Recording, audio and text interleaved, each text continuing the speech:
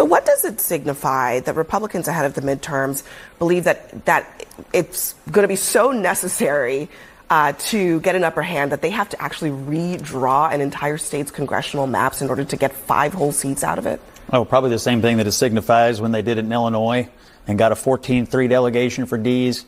Maryland 7-1, Massachusetts 9-0. We know what happened here in New York, California. Even though they have a commission, we all know what goes on there. In a mid-cycle specifically, are all of those cases in mid-cycles? All of these cases are where Democrats use the power they have to give them an advantage. But just to be clear, because I didn't do the research that you did in the break here, is it that they're changing it after the actual census process where you're supposed to you're supposed to go through the congressional redistricting process? Does it matter?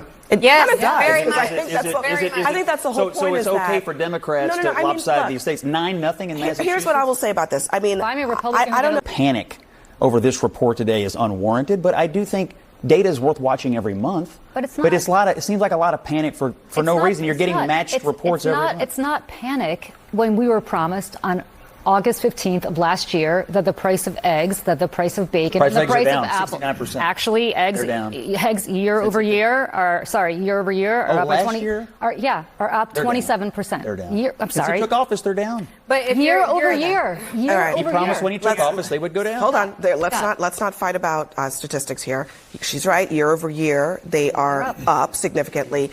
Month over month, they've gone down, but that's from their high, which occurred partly due to bird flu and other things. Right. So let's be very clear. He promised 3 things: the price of eggs, the price of bacon, and the price of apples were going to go down. I can quote him. It was on August 15th of last year. He said they're going to go down almost immediately when I become president. All of them are up.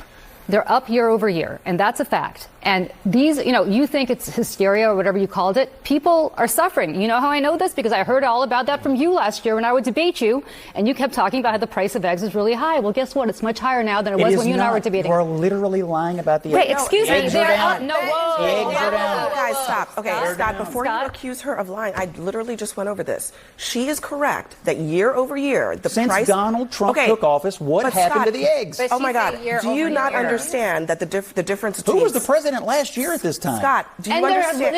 And then when did they spike? Julie, let me just resolve this so we can move on because this is a silly conversation. You totally derailed this conversation. She's trying to have a serious panel and you're out here arguing are derailing the conversation. No, I'm not. Pardon me. She's not telling the truth about the eggs. But you're derailing the conversation, okay?